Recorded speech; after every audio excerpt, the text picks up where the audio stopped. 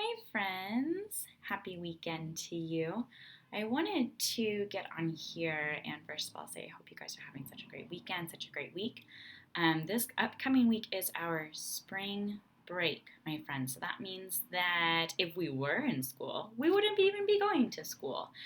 So I thought that instead of doing some homework or assignments for you this week, I thought that we could do some fun activities.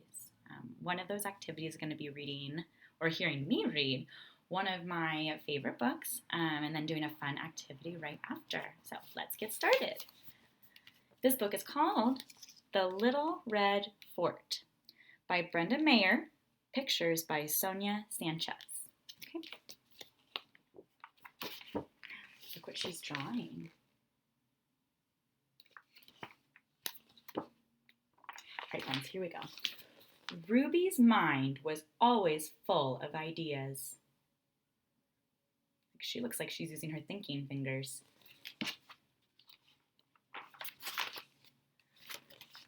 One day she found some old boards. Who wants to help me build something? She asked her brothers. Can you see the book okay? There we go. It's a little harder when you guys aren't sitting in front of me.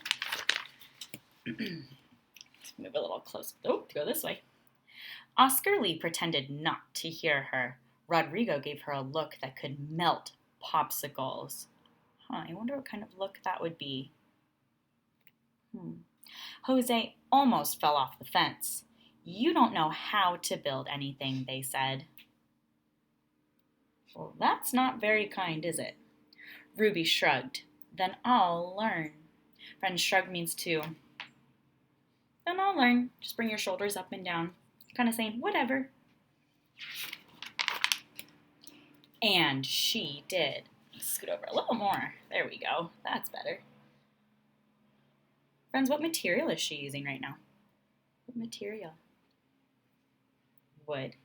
Correctamundo. Okay. Who wants to help me draw the plans? Ruby asked. The boys clutched their sides and howled with laughter. Not me, said Oscar Lee. I don't think so, said Rodrigo. No way, said Jose. I'm too busy. Fine, said Ruby. I'll draw them myself. Friends, do you remember what an engineer does first before they start building? They draw up a plan, right? They draw up a plan. So that's exactly what Ruby's going to do.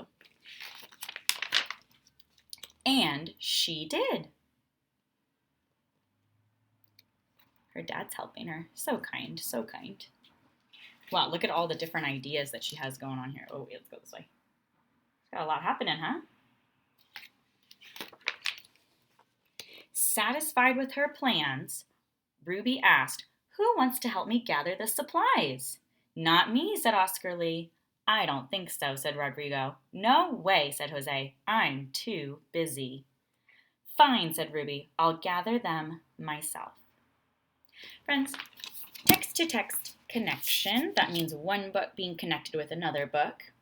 We read a story quite a while ago about an animal character who found some wheat along the road and she wanted to bake some bread. What book was that? Do you remember? The Little Red Hen, my friends. Remember the Little Red Hen, she found some wheat when she was walking along, I think back from the store.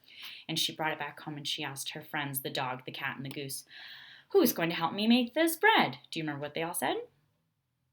Not I. They were not very helpful, right? So friends, this story is sounding kind of familiar. I wonder if they'll be the same. Look what they're doing outside. Reading a book, bowling outside. What? That's so crazy. Drawing with chalk. So maybe taking a nap down here. And she did. Look at all those supplies she got. Let me see if I can show it to you. This way. It's hard to do this backwards. Look at the supplies she has. I see some familiar tools. I see a saw, a hammer, some kind of plug. I wonder. When all the supplies were gathered, Ruby asked, who wants to help me cut the boards? Not me, said Oscar Lee. I don't think so, said Rodrigo. No way, said Jose. I'm too busy. Fine, said Ruby. I'll cut them myself. What activities they're up to. They're not very helpful, are they? And she did. Oh, look, she's got her safety goggles on. That's a safe thing to do when you're cutting wood. Look, she also has an adult to help her, too.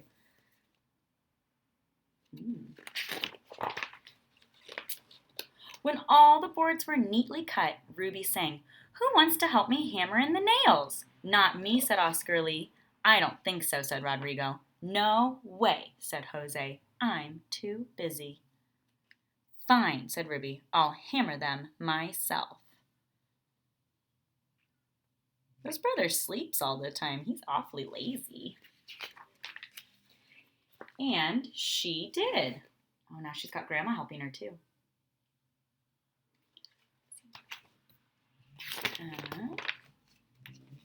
Soon, Ruby's creation was complete. Who wants to play in my fort, she called. Me, said Oscar Lee. Let's go, said Rodrigo. I'll play, said Jose. I'm not busy anymore. Well, that doesn't seem very fair. No work and all play? I wonder what Ruby's going to say. Not so fast, said Ruby. You didn't help me draw the plans or gather the supplies or cut the boards or hammer the nails. You said I didn't know how to build, and you laughed at me. I'm going to play in the fort by myself. All those fun things she has in there. Those boys must be feeling pretty jealous, huh?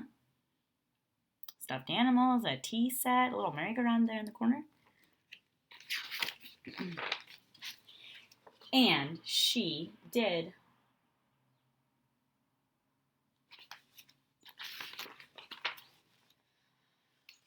We didn't want to play anyway, the boys said. It's not very nice. But they did. So they huddled, whispered, and got straight to work. I wonder what they're going to make. Oscar Lee made a mailbox. Rodrigo planted flowers. Jose painted the fort fire engine red. Ruby was delighted.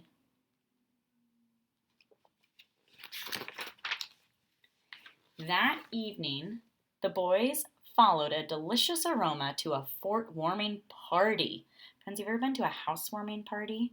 A housewarming party is when someone moves into a new house and they invite friends over to help celebrate their new place. So a fort warming party must mean that Ruby was wanting to host people at her fort to say welcome.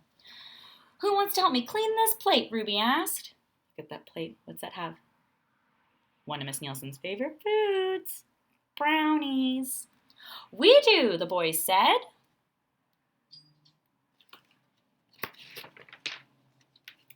And they did. All of them were eaten together. I could go for some brownies and milk. Okay, friends, moms and dads are going to explain to you what your next activity is, but I'm going to give you a hint. I'm going to show you this last page of the book. Wow, look at all those different types of forts. Which one's your favorite? Point to it now. If you could make any of those forts, which one would you make? Point to it now. Okay. All right, my friends. Before we move on, the author wrote you a little note. So let's see what she has to say. The Little Red Fort is based on the classic folk tale, The Little Red Hen. Oh my gosh, that's so funny. A few years ago, The Little Red Hen was the only story my youngest son wanted to hear. About the same time, my other children found some spare boards and lattice, which they used to construct a fort in the backyard. Both of those ideas swirled in my mind and became this story. So friends, this author, Brenda Mayer, wrote her own story, but it was based on another story that she's heard year after year after year. One more fun fact she writes about this story about Little Red Hen is that the Little Red Hen was published in 1918. That's over 100 years ago, friends. In fact, that's 102 years ago. That's a long time. That's older than Miss Nielsen. That's older than Miss Barb and Mr. Paul. Crazy, crazy. And friends, that's all she really has to say to you. Okay, friends, now moms and dads are going to explain what your next activity is going to be. If you want to send me pictures, if you want to send me drawings, if you want to send me writing, anything you want to, you're always welcome to. Hope you guys enjoyed this story, and I will talk to you a little later. I love you.